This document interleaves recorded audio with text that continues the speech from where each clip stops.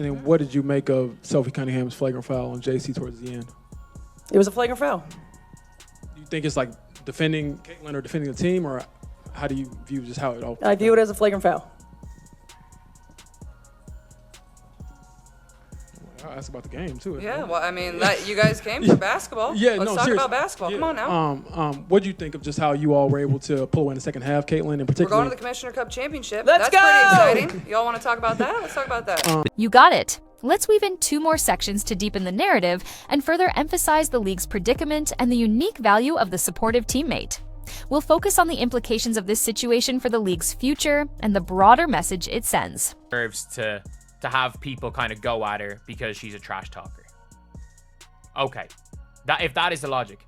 But the media are now saying Caitlyn Clark brings everything on herself. And by the way, Caitlyn Clark, if you want to say JC Sheldon getting in her face and like everything until the eye gouge, nobody brings eye gouges on themselves. This is the same as, she brings it on herself with the push-off. Just call the hand check and the push-off doesn't happen. Like, do we not understand the sport of basketball? All right, enough is enough. You know, at some point, the line gets crossed too often where something needs to be done and things need to be corrected. And that is certainly the case with the way things around Caitlyn Clark are officiated. This is a constant problem now.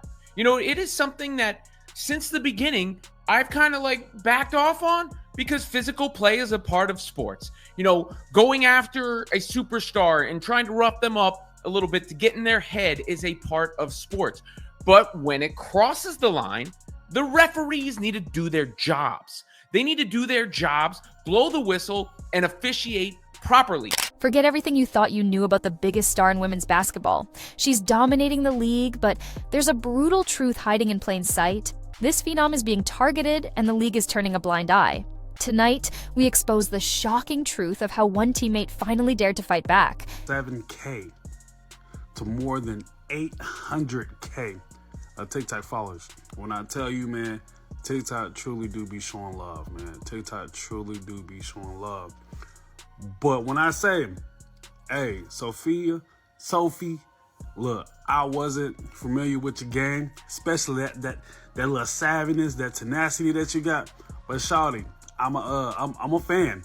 I don't understand why this is all happening to Caitlyn Clark, who's brought so much attention to the league, frankly, revenue and viewership numbers. She single-handedly has made the broadcast rights go up, and I'm not saying she's the only one who did it. Yes, all of the women that came before her matter too, but the WNBA is doing better because Caitlyn Clark is in it now. It is one of the reasons they're doing better, and a rising tide lifts all boats. Everybody in the WNBA is better off. This young phenom's name echoes across the sporting world, a generational force who has shattered viewership records and injected a jolt of energy into women's basketball. She's filled arenas that were once half empty and transformed television ratings, bringing millions of new eyes to the game. Stop playing with this girl.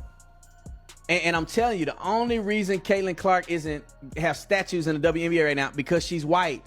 It was dominated by black women in a black league that they want to mirror the NBA. But unfortunately, them white girls, they got an extra, they got an extra 3-point finger or something. Because this girl has done 565 games. She only played 45 games, and she's one away from tying the WNBA record. WNBA record. This is her second season. And you put the numbers together, that's like 10 seasons. That girl did it in 10 seasons. That means she had one a season. Caitlyn Clark is...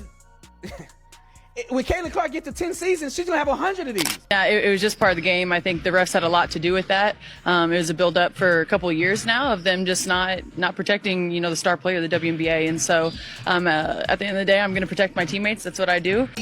Courtney, if somebody ever tackles you like that... Nobody would ever tackle me like that. They would play with Bridget like that, and then we would have to, take it up there. Okay. You see what I'm saying? But I'm just saying... Nobody would ever play with me like that. If that ever happened, you better crash out behind me. Because I'm crashing out behind you. We can share the same jail cell.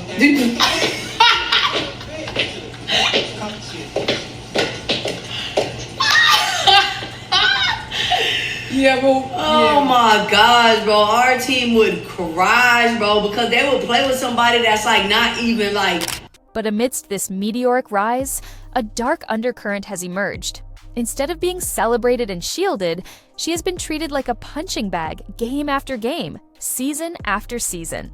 It's a shocking betrayal of the player who's printing money for the league, and the officiating, or lack thereof, is at the heart of this unfolding crisis. She has changed our game in the best possible way in every way. And so just to be alongside of her and maybe relieve the pressure, being able to shoot and spread the court for her to go do her thing. She's still young, and I think that I've been taken under, Diana took me under her wing, and I've learned a lot from her, and now I hope to kind of do the same for Caitlyn if she wants it. I just think the relationship piece is huge, and when you're trying to do something great, it takes everybody, and so I want her to go do her thing, and anything she needs from me, I'm going to be here. But again, I think that like just the competitor that I am, I'm fierce, I'm sassy, I stick up for my teammates, I stick up for myself. But tonight, she is one of the best teammates in the world. After the entire league has been after Caitlyn Clark for so long, and after tonight getting poked in the eye and body shoved by the Connecticut Sun, Sophie Cunningham had finally had enough and took it into her own hands. Sheldon comes up with the steal. Sheldon goes coast to coast. And here we got another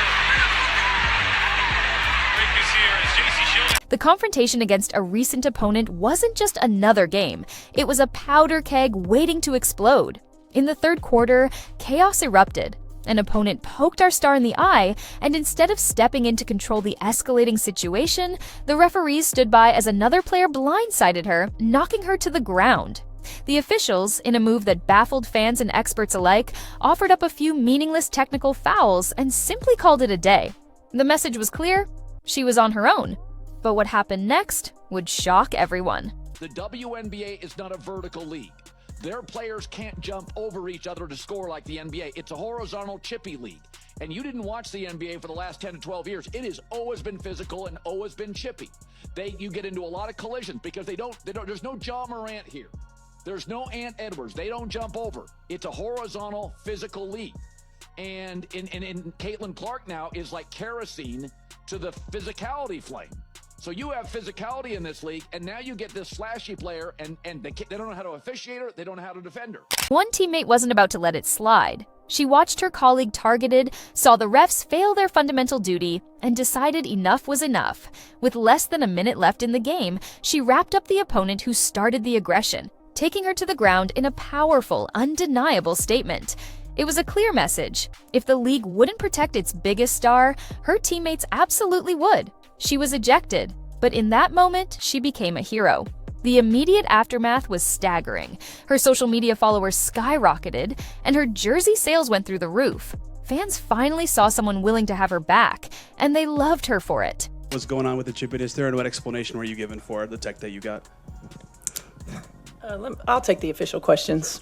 There wasn't an explanation for the tech that she got. You know, I think it was pretty obvious that stuff was brewing, right? When the officials don't get control of the ball game, when they allow that stuff to happen, and it's been happening all season long. All season long. It's not just this game. It's been happening all season long. This is what happens, right? This is what happens. You've got competitive women who are the best in the world at what they do, right? And when you allow them to play physical and you allow these things to happen, they're going to compete. And they're going to have their teammates' backs. It's exactly what you expect, right, out of fierce competition. So I started talking to the officials in the first quarter, and we knew this was going to happen. You could tell it was going to happen. So they got to get control of it. They got to be better. They got to be better. Let's not dance around this issue. Officiating in this league has been an absolute disaster when it comes to protecting its star player. The pattern is so obvious, even a casual observer can see it. Opposing players know they can get away with cheap shots because the refs consistently look the other way. The recent game was just the latest, most egregious example. An opponent pokes her in the eye, another blindsides her, and what happens? A few meaningless technical fouls while the real aggressors stay in the game. Meanwhile, when a teammate retaliates to send a clear message, she's immediately ejected. The double standard is staggering. Our star gets called for technical fouls for showing the slightest emotion after getting hammered, but players who commit actual flagrant fouls against her face minimal consequences. It's like the officials are operating under completely different rule books, depending on who's involved. Consider this jaw-dropping statistic. She has been on the receiving end of 17% of all flagrant fouls committed in the league. This isn't coincidence. It's systematic targeting, bordering on criminal negligence by the officials. Sophie Cunningham continues to be the WNBA's shining new star. She's Caitlyn Clark's sidekick at this point. Of course, Sophie Cunningham, man, what a meteoric rise. All it took was a little bit of rough justice on the court, sticking up for Caitlyn Clark after she was poked in the eye by J.C. Sheldon of the Connecticut Sun and then pushed to the ground by the Sun's Marina Mabry. Everybody got on board, and it was Sophie Cunningham mania happening around the country. Let's not dance around this issue. WNBA referees have been After the game, when the media tried to focus on the altercations, our star had finally had enough. Her response was a poignant plea. You guys came for basketball. Let's talk about basketball. Come on now. We're heading to the Commissioner Cup Championship. That's pretty exciting. Y'all want to talk about that? Let's talk about that. It was the perfect encapsulation of someone utterly tired of the circus surrounding her. Think about it. She drops 20 points, 6 assists, and 4 three-pointers in a dominant win that sends her team to a championship final, and all the media wants to discuss is the drama and the cheap shots she endured. She's trying to celebrate basketball excellence, and everyone else is fixated on the fact that she needs a bodyguard to play her sport safely. Her frustration was palpable, and it was completely justified. This is a player who has revolutionized women's basketball, yet she can't even have a post-game interview focused on her actual performance because the league's officiating is so incompetent that every game turns into a referendum on player safety. The officiating in this league makes the NFL officials look good. That is crazy that entire sentence just rolled out of my mouth. Because the NFL officials are so bad that a lot of people think the game is rigged or scripted. By the way, I've seen that about the WNBA as of late too. Like, are the officials trying to navigate games in certain directions? We got to remember, there's things like prop betting, and can we keep somebody? Hey, I put $2,000 over on Caitlyn Clark not being able to score 25 points tonight. The payoff on that is 10 grand. What makes this teammate so perfect for this role is her absolute refusal to apologize or back down. After the ejection, she posted a photo of herself shrugging on social media, a clear message that she'd do it again in a heartbeat. When asked about the incident days later, she doubled down on her position, stating the referees are to blame for allowing the situation to escalate. At the end of the day, I'm going to protect my teammate, she said. That's what I do, and I'm a team player. No regrets, no apologies, just a clear statement of intent that she'll continue to have her star teammates back, regardless of the consequences. This is exactly what the star player needed, a teammate who wouldn't just watch her get targeted and do nothing about it. For too long, she has had to absorb cheap shots while her teammates stood by passively. Now, she has someone willing to step in and send a message, consequences be damned. I'll ask about the game, too. Yeah, well, I mean, you guys came for basketball. Yeah, Let's no, talk seriously. about basketball. Yeah. Come on now. What do you think of just how you all were able to pull in the second half, Caitlyn, in We're particular? going to the Commissioner Cup Championship. Let's That's pretty exciting. Y'all want to talk about that? Let's talk about that. This isn't just about one player or one game. It's about the very integrity and future of the league. How long can an organization built on fierce competition afford to alienate its most valuable asset and the millions of new fans she brings? The optics are terrible. A league seemingly more interested in protecting established players who engage in aggressive, often unsportsmanlike conduct than safeguarding the rising tide that lifts all boats. This apparent complacency from league leadership not only undermines fair play, but also risks turning away the very audience that has embraced women's basketball with unprecedented enthusiasm. The silence or inadequate responses from the league office has become as glaring as the missed calls on the court. This teammate's actions have set a new, unwritten standard for loyalty in professional sports. In an era where player movement and individual branding often overshadow team cohesion, her willingness to sacrifice her own standing for a teammate is a stark, powerful counter-narrative. It's a raw, undeniable display of commitment that resonates deeply with fans hungry for authenticity. She embodies the fierce camaraderie that sports should celebrate, a reminder that some bonds are stronger than any official's whistle or league policy. Her popularity isn't just a fleeting trend, it's a testament to how much fans value a player who stands up for what's right, even when the system fails. This league doesn't deserve its brightest star. They've been gifted a generational talent, and their actions, or inaction, speak volumes. But thankfully, our star player now has a true ally. While the league continues to fail in its basic responsibility to protect its most valuable asset, at least she knows she has a teammate who won't let her stand alone against the targeting and cheap shots. This teammate won't go down without a fight, and she will not stop defending her. That's exactly why we love her, and that's exactly what the league's biggest star has been missing for far too long. The league may not have her back, but her teammate absolutely does. And honestly, when you have someone like this teammate in your corner, someone willing to risk everything to protect you, you don't need the approval or protection of an organization that's proven it doesn't deserve you anyway.